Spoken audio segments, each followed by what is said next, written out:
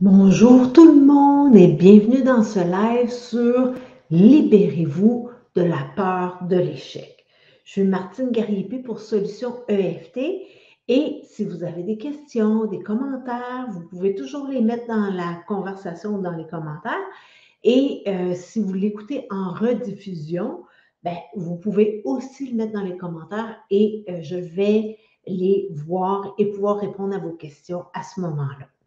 Alors, la peur de l'échec, c'est terrible parce que malheureusement, ça habite à peu près tout le monde à un moment donné dans notre vie. Que ce soit pour une grande action, pour une petite action, on a tous vécu probablement la peur de l'échec et malheureusement, je ne fais pas exception aussi. Alors, aujourd'hui, je vais vous demander de penser à quelque chose qui vous fait peur. Justement, quelque chose que vous vous dites, j'ai vraiment peur de l'échec, j'ai peur de me péter la gueule, j'ai peur quand je pense à faire cette action-là.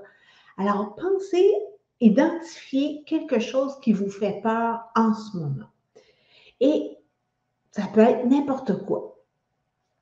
Sais-tu, je ne sais pas, vous pensez faire une vidéo, vous avez peur de l'échec, vous pensez écrire à quelqu'un, vous avez peur de l'échec, vous pensez faire une conférence. Donc, vous voyez, les exemples sont infinis. Et là, la peur de l'échec, c'est trop vaste. Il faut voir qu'est-ce qui vous fait peur là-dedans plus précisément. Parce que juste faire, même si j'ai peur de l'échec, on va y arriver, là, mais ce n'est pas l'idéal. Alors, essayez de creuser. Disons qu'on prend l'exemple d'une conférence. OK, j'ai peur de l'échec, je vais donner une conférence, j'ai peur de me planter. Mais ça signifie quoi pour vous, vous planter dans ce contexte-là? Est-ce que ça veut dire qu'il n'y a pas beaucoup de monde dans l'auditoire? Est-ce qu'au contraire, ça veut dire qu'il y a beaucoup de monde, mais il n'y a personne qui pose des questions? Est-ce qu'au contraire, est-ce que c'est, il y a du monde, les gens posent des questions, mais vous, vous bafouillez, ou vous n'avez pas la réponse en direct, ou faites juste voir, c'est quoi que ça signifie pour vous, cette peur de l'échec dans ce contexte-là? Parce que le plus précis on est, mieux c'est. Et si vous n'arrivez toujours pas à identifier c'est quoi au juste qui vous fait si peur, c'est là qu'on va utiliser justement Sneaking Up avec, même si j'ai peur de l'échec, pour voir qu'est-ce qui va monter. Alors, ça pourrait ressembler à, on y va sur le bord de la main, même si j'ai peur de l'échec, quand je pense à poser telle action, et je ne sais pas c'est quoi au juste là-dedans qui me fait si peur. Je demande plus d'informations à ma sagesse innée ou à mes anges ou peu importe à qui vous voulez demander plus d'informations, à mon corps, et voyez ce qu'ils m'ont. Et vous tapotez comme ça, même si je ne sais pas pourquoi j'ai si peur de l'échec en pensant faire telle chose. Et tapotez jusqu'à temps qu'il y ait de l'information qui monte. Habituellement, c'est pas très long. Avec mes clients, des fois, je suis rendue juste au sourcil, donc j'ai fait 3 fois ici, j'étais sur le sommet de la tête, je suis allée au sourcil, et tout à coup, la personne se dit « Ah là, je le sais ». Des fois, on est encore sur le bord de la main et l'information monte tout de suite. Alors, essayez-le, c'est vraiment fabuleux les résultats que ça produit.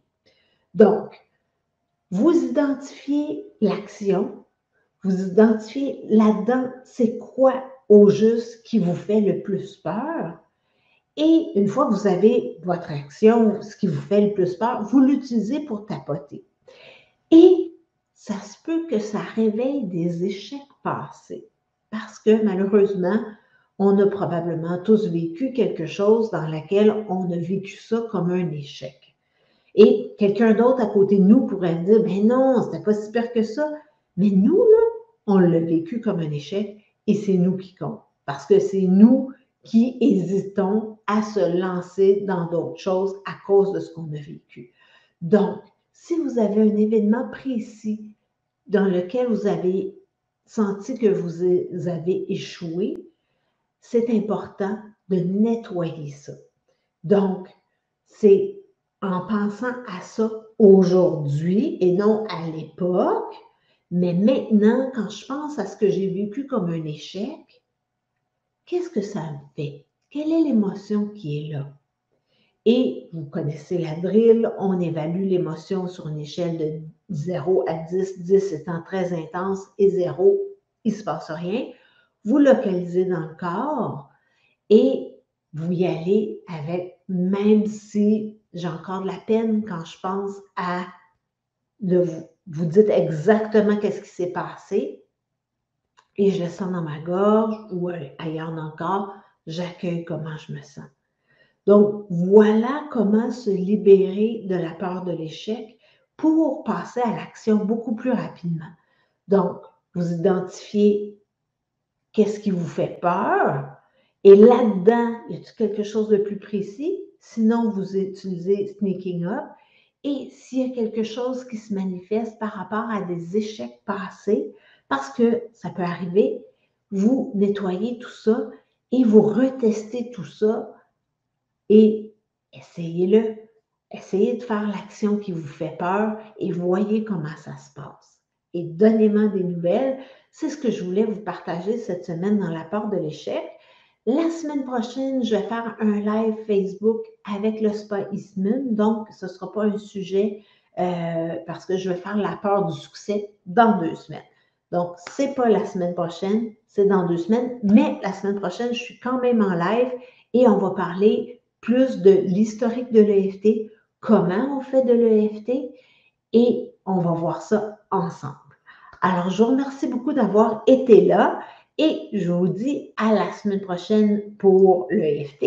Sinon, on se voit dans 2 semaines pour la peur du succès parce que ça aussi, c'est un frein pour passer à l'action.